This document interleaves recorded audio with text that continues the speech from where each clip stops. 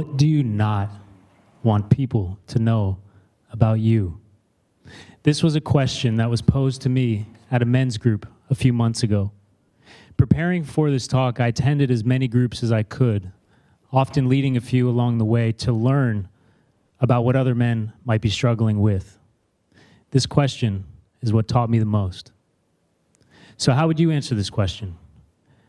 Your answer might change depending on who you're answering it to. But how would you answer this question in front of a group of strangers? Better yet, how might you answer this question on a TEDx stage? So what do I not want you to know about me? Well, I don't want you to know about the weights that I've been carrying, even right now.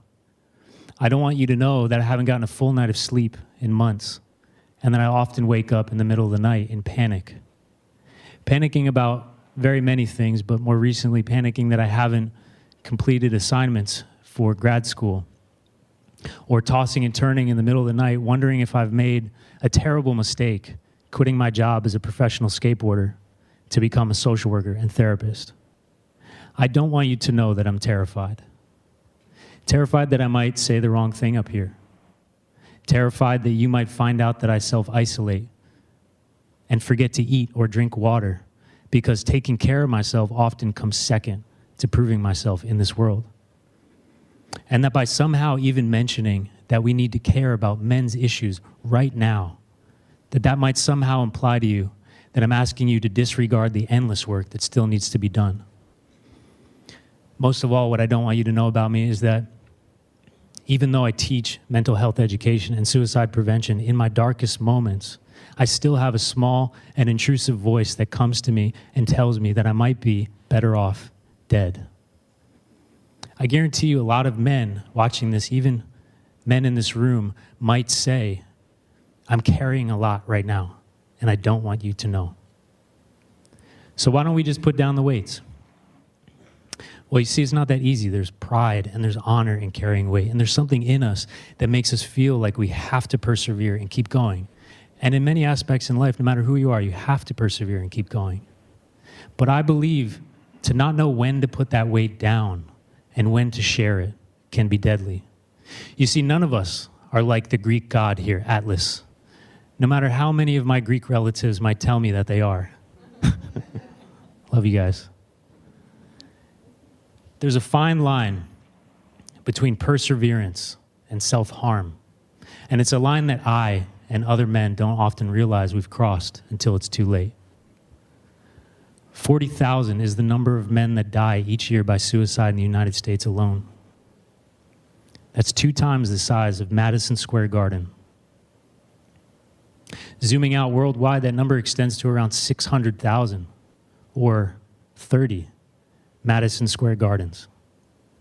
These are arenas of sons and brothers, fathers, grandfathers, friends, and other family members. And this number doesn't even include drug overdose statistics. Now, I'm not here to just shock you with statistics, nor am I here to simplify the complexities of mental health disorders, trauma, and addiction. And I'm not going to solve the men's mental health crisis in a 15-minute TEDx talk. It's not going to happen. What I am hoping to do is just to share a unique perspective, one that I believe can hopefully shift the culture of care for men so that more men feel empowered to ask for help and less men feel weak or threatened. So in order to frame that conversation, I'd like to start with interpersonal orientation, threat detection, and skateboarding. This is a photo of one of my favorite pro skateboarders, Carl Watson. He was the first pro skateboarder that I ever met in San Francisco in 2005 with my friend Mike. With anybody that Carl meets, even still to this day, he met me with kindness. He met me with curiosity. And he made me feel like I was a part of something bigger than myself. He welcomed me into this thing called skateboarding. Later in my career, Carl became a good friend of mine and is often someone that I look to for positive attributes of masculinity. Skateboarding has shaped the man that I am and that I wish to become. But one thing that it's taught me about men in particular is that we don't share face to face. We process shoulder to shoulder, like this. Go to anywhere that men gather, and you'll see this to be true. Now, this isn't a new observation by any means, but it's one that I'm hoping to explore in greater detail. You see, at the core of this orientation is threat detection in the fear processing part of the brain, the amygdala. We have heightened activity here when we detect threat, and that activity increases when two men are face-to-face with one another. This is a challenging stance. We create physical distance, consciously or unconsciously, as a way to keep us feeling safe. Yet I believe that we also create emotional distance, consciously or unconsciously, as a way to keep us feeling safe. In 2018, Lindsay Soleil published this paper in the journal Nature, showing that when we move forward towards a visual threat, activity in our amygdala actually softens. In other words, when we're stressed and we move towards that stress, our stress decreases. Now, I'm not telling you and advocating for you to go out in search of life-threatening situations and start moving towards them. Nor am I advocating that you start challenging your male friends and standing face-to-face. Please don't do that. Maybe a better way of articulating what I'm trying to say is with another question. Vulnerability is a threat we must avoid. True or false? Oh, we have both answers in the audience. It's actually both. But it depends on the context, and it depends on the battlefield that you're on. Take, for instance, the military battlefield. Our brave servicemen and women are trained to move forward towards a visual threat on our behalf. Yet they're simultaneously trained that vulnerability is a threat to be avoided, a gap in defense, or a vulnerability in the hands of the wrong person at the wrong time could cost not only you your life, but your entire platoon their lives.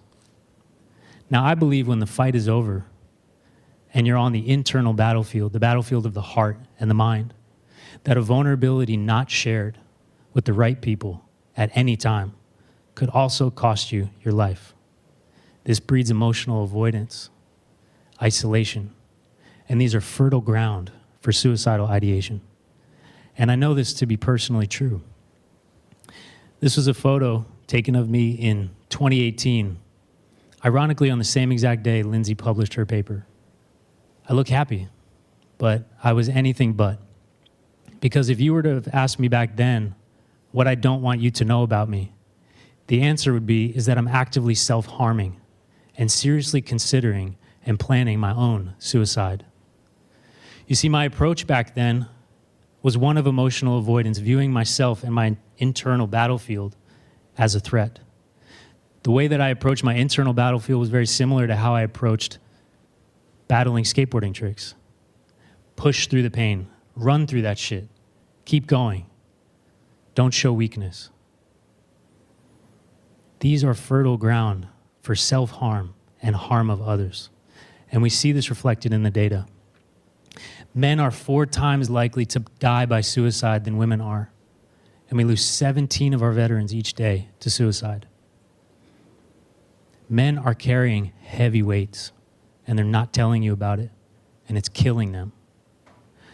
Part of the reason why I left professional skateboarding to pursue a career as a social worker is to better understand why I made it through, and they didn't. Why Brendan Wilkie, Henry Gartland, Ben Ramers, Charlie Sussman, Frank Polizzi, and Max Wajenko didn't. It's incredibly difficult to ask for help. It's not only difficult, it's absolutely terrifying, and it goes against the very fabric of our being at times. We have more mental health resources and campaigns than ever before, yet this is our data. I asked for help, reluctantly, and it helped. It's the reason why I'm here, with the encouragement of my friends and family, many of whom are in the audience today. That being said, even though it did help, my first experience of that professional help looked like this. Face-to-face in a small room with a stranger asking me to be vulnerable. You can understand why a lot of men who could really use the help, are not going to spaces like this. Now, I understand that this doesn't fully encapsulate the therapeutic experience, but it's the experience that I had. And I think it's the experience that a lot of men have. I want to encourage men to seek help. I really do. But I'd like to first understand why men are not seeking support and where they're going to seek support instead. And the answer is obvious, where they're going. They're going skateboarding. They're going biking. They're going running. They're going golfing. They're going to jiu-jitsu practice. They're playing basketball. They're gaming. Wherever it is, you name it, that's where men are, shoulder to shoulder, in spaces that they have already pre-established safety. Maybe not jiu-jitsu. Jiu-jitsu is more like shoulder on shoulder, but you get where I'm going. As an aspiring clinician, one thing that I'm being trained to do is to meet patients where they're at emotionally. But I think we need to take it a step further and meet men where they're at literally. Organizations like the Ben Ramers Foundation are pioneers of this because they bring suicide prevention and education to skate parks and skate shops around the world. And they've inspired me and others to do the same. I started a company, Nothing But Today. I do mental health workshops and education. This was a workshop that we did at Uprise Skate Shop, shout out Uprise, in collaboration with a nonprofit, Max's Mission. In these spaces, we learn about stress regulation. We learn about how to approach our internal battlefield with the same curiosity and care and kindness that you might approach a new friend. And here, we're learning about EMDR therapy. This is eye movement desensitization reprocessing, and this is a really great therapeutic technique used in the clinical setting to treat post-traumatic stress disorder. These techniques and others are ones that you can utilize in the care that you provide for men. You don't need to be an aspiring clinician to create a space that supports the men that you stand beside. Part of what I'm hoping to do now is to build a bridge from a space like this to a space like this, the clinical setting, where deeper work can be done. I want to inspire clinicians to step out from the office and into the skate shop or the skate park or wherever their men gather, so that we can collectively shift the culture of care for men so that more men feel empowered to ask for help and less men feel threatened or weak. At this point, it's not even about skateboarding. This is about meeting men where they're at so that we can combat the real enemy on the internal battlefield, which is isolation. And we do that by focusing on friendship, by focusing on role models. The fact of the matter is that men of all backgrounds and orientations need better support.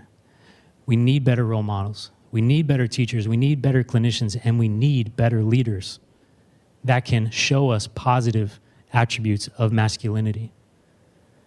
Qualities like integrity, compassion, empathy, emotional intelligence, approachability, and vulnerability. These are qualities that Carl demonstrates to myself and the whole skateboard industry, and we need more people like this. So I'll leave you with the same question that we started with. What do you not want people to know about you? Maybe it's something that you carry silently. Maybe it's the weights that remind you why you're human.